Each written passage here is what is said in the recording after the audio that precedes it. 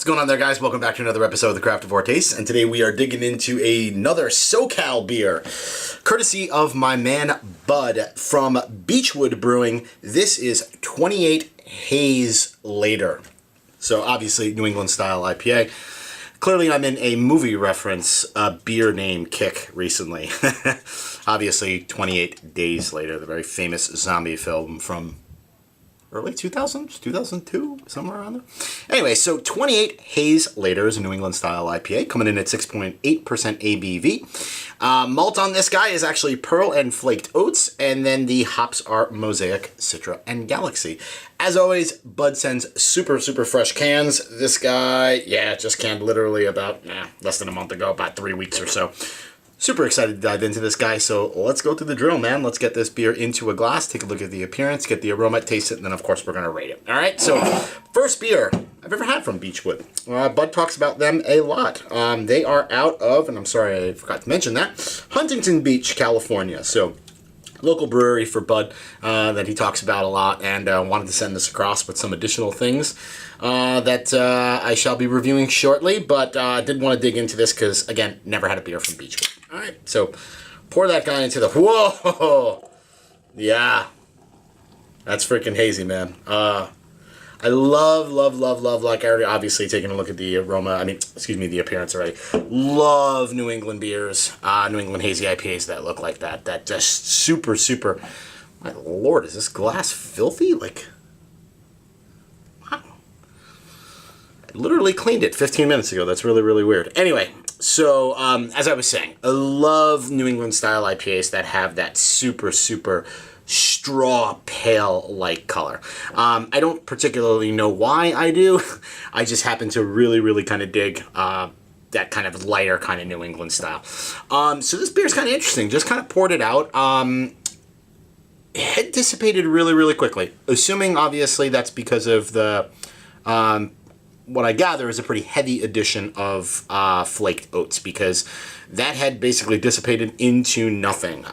Beer looks super full on kind of haze. Not super turkey gravy turbid though. There's kind of points of light that are coming through the beer. It looks absolutely fantastic. That head's all gone.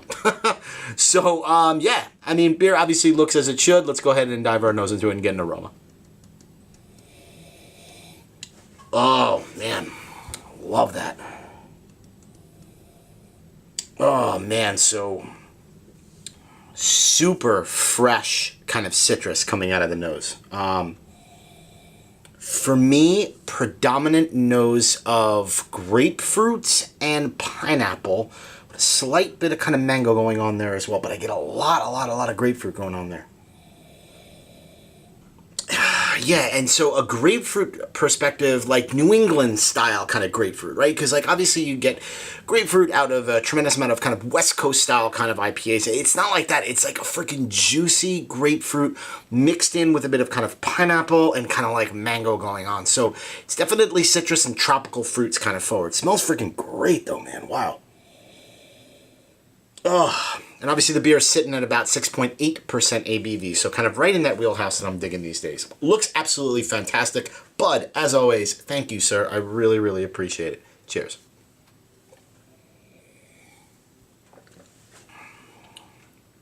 Ooh. Yum, wow. All right, so nose transitions slightly differently. Moves over to full-on tropical fruits. More. And right now, its taste is straight pineapple juice, like pineapple juice concentrate, pineapple juice, mango juice, even get kind of a little bit of orange kind of going on there, and almost kind of like an Orangina kind of vibe. So the flavor profile kind of transitions over, and I'm not getting a lot of grapefruit, which I initially got when I kind of took that first big kind of sniff. Going back in for another taste.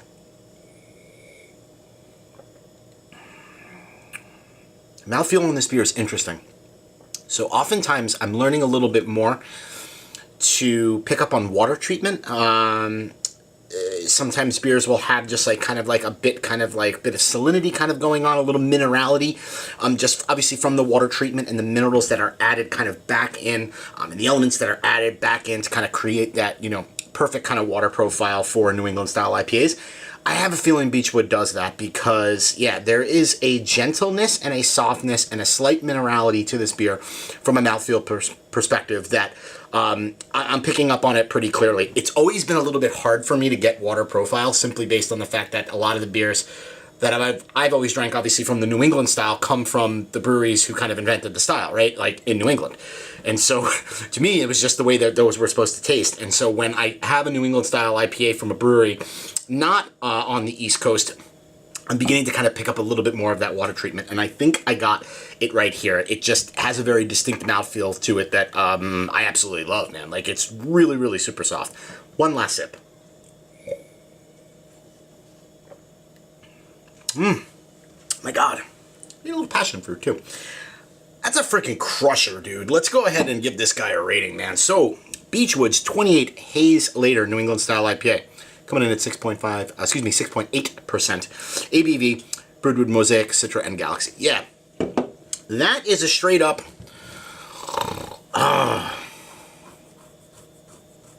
man. I'm between a 4.15 and a 4.25. I'm going to lean more towards the 4.25 on this one for a couple of reasons. The main reason being that is an incredibly, incredibly super crushable beer. If this was a local brewery near me and they consistently put out these cans, or maybe it was a year-round kind of thing and it was just kind of, you know, part of their portfolio and it was easy to hop over to the brewery and pick these up, I would drink a shitload of this beer. And I can understand why Bud digs it and wanted me to try it and has kind of talked about it a bunch of different times when we've spoken. That's freaking awesome. And so that's what's leading me towards a 4.25 beer. Have I had better New England style IPAs? Of course, yeah, sure. But at the end of the day, for that nice kind of 6.8% ABV, and if this beer is kind of super kind of easy to get, I would be beyond freaking stoked to have that beer as a local New England style IPA option. I'd even enjoy it literally here, regardless of where you live in the country. That beer is really freaking awesome. So, yeah, 4.25 caps from the Craftavore Tastes. All right, so that'll do it for this episode. Hope you join me again for another episode where I drink, I review, I rate, and then I repeat. Cheers.